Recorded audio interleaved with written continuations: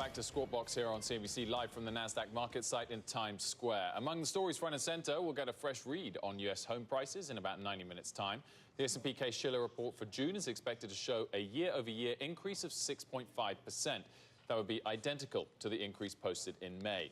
Checking in on shares of electronics retailer Best Buy, they're falling despite a beat on both the top and bottom lines for Best Buy's second quarter. However, it did give a current quarter earnings forecast that falls below Wall Street consensus. It's slipping 5.7%. Meantime, another retailer seeing its stock surge this morning. DSW reported quarterly earnings of 63 cents per share, 17 cents above estimates. Comparable store sales rose 9.7%, nearly 4 times the consensus estimate. That's up 21%. In December, Plains All American ordered materials from a mill in Greece to build a $1.1 billion pipeline to carry crude from the Permian Basin to Corpus Christi, Texas. Those steel pipes began arriving last month, and even though it was ordered well before the trade war began, Plains now needs to pay a tariff of $40 million. The company's request for an exemption has been denied. Leslie Pickard joins us right now from Grand Falls, Texas, with more on that story. Leslie, good morning. Hey, Becky, that's right. Behind me is pipe imported from Greece. You can see the tubes right here. They have stamps on them that say made from Greece. They arrived on U.S. shores weeks ago, but they were ordered, as you mentioned, back in December, well before there was any talk of tariffs. And upon reaching U.S. shores, this project, a $1.1 billion project to bring crude from the Permian Basin, where we're standing now, to Corpus Christi, that project is subject to an added $40 million in tariffs, thanks to the enactment of the tariffs this year. Now, the company filed for an exemption, was denied the ability to exempt this steel from tariffs, and the reason for that is because Commerce Department said that the steel that they were importing from Greece could actually be sourced by domestic producers. But the company says that the exemptions process should actually prevent these retroactive tariffs from taking place, as well as protect against critical infrastructure projects like pipelines to deliver crude oil. At the end of the day, though, this is kind of a similar course that we're hearing from companies about flaws that they see in the exemptions process, especially as we can hear from oil and gas industry companies. There have been instances where a single company has filed 2 petitions, and one has been accepted and the other denied, despite the fact that the petitions were virtually identical. So it makes this process seem quite arbitrary. Now, the Commerce Department told CNBC that they believe the exemptions process is transparent, that it's fair, and they gave us a statement saying that the Commerce Department is not in the business of rewarding such behavior meaning importing foreign steel. Before the tariffs, steel imports threatened to impair the national security by eroding our domestic industry. With the tariffs in place, that is no longer the case. But one of the big questions, especially for U.S. oil and gas companies, is if they are now to rely on domestic producers, are the domestic producers ready and available to supply them with the steel they need, guys? Leslie, what happens? I mean, this is a situation that has changed pretty rapidly and that we could see change again if some of these tariffs are taken off. Is it any steel that was delivered during the time while the tariffs is on, you'll have to pay those tariffs no matter what?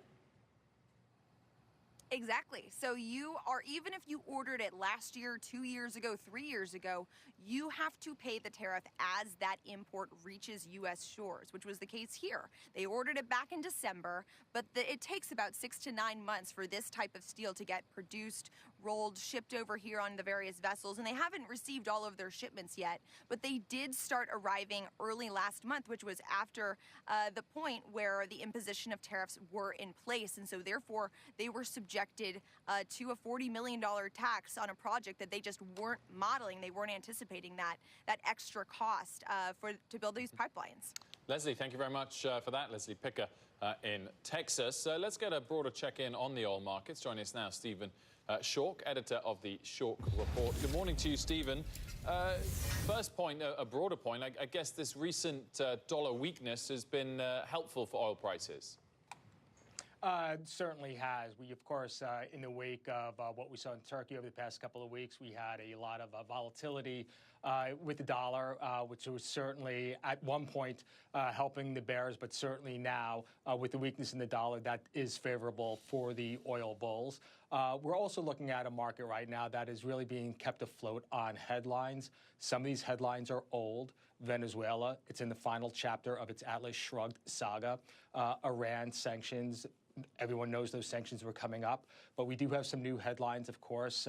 What we got out of Iran yesterday, threatening to choke off the Strait of Hormuz, that is certainly going to put a geopolitical bid into the market at this point. And some renewed civil strife in Libya is also helping to propel the market. But it's also important to, yes. So overall, though, Stephen, on the geopolitical point, are you saying that that's already priced in net those issues, or that geopolitics could give a further boost for the rest of 2018 to oil prices?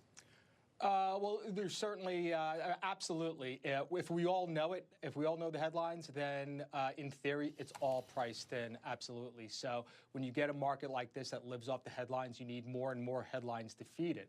But I want to keep in mind, and listeners should also bear in mind, that this is a market that's been extremely resilient. So on top of the geopolitics, at the beginning of this summer, we had the loss of Canadian imports because of a upgrader that went out in Calgary. So we lost a lot of imports there.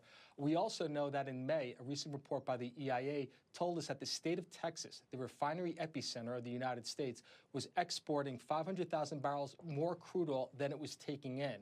And yet the consumer at the pump received a 7% discount this summer relative to the last 5 years. So the consumer in price was unaffected. So while we do have these headlines, the market has been able to absorb these shocks and certainly keep the market well supplied. Now we're at the end of the summer. So we're at the, to go back to our high school calculus, that dy over dx moment, where record demand this past summer will not transition into the fall. As refineries go into their maintenance season, they buy fewer barrels. Demand is taken out of the market. So if we are going to see any sort of pullback in price, I suspect it should occur over the next few weeks as this demand falls off. And let's keep in mind that come in October, we've got 11 million barrels coming out of the U.S. Strategic Petroleum Reserve that will make its way to the market. That will certainly help quell any sort of geopolitical headlines, because keep in mind, October is probably your weakest demand month for crude oil, and we're getting an 11 million barrel surplus to hit the market then. And Stephen, clearly there was some good news on trade yesterday with the Mexico deal. But what about if things continue to worsen with China? They've talked about LNG tariffs. Is that a big potential impact for prices, or is the fact that most of China's LNG comes from Asia and Middle East anyway, I mean, it's kind of a headline but not a real factor? Well, it's not a real factor for China per se, because at this point they import a de minimis amount of LNG, but it is a huge headline for U.S. LNG exporters, because China, outside of Mexico, has been the largest destination for LNG exports in a market that is just now beginning to really ramp up. So again, any sort of continued trade tensions, and if China goes ahead, and I am skeptical that China would go ahead and actually tariff the import of something important as LNG, regardless of how small amount they import. But at this point, I'm racking that up to your point, just noise that the market has to contend with. Stephen, great stuff. Thanks for joining us this morning. Stephen Schork. Thank you. Unbelievable, really. Coming up, self-driving cars and the future of the auto industry, just guest after guest. The author of Autonomy, Larry Burns, joins us after the break. And be sure to tune in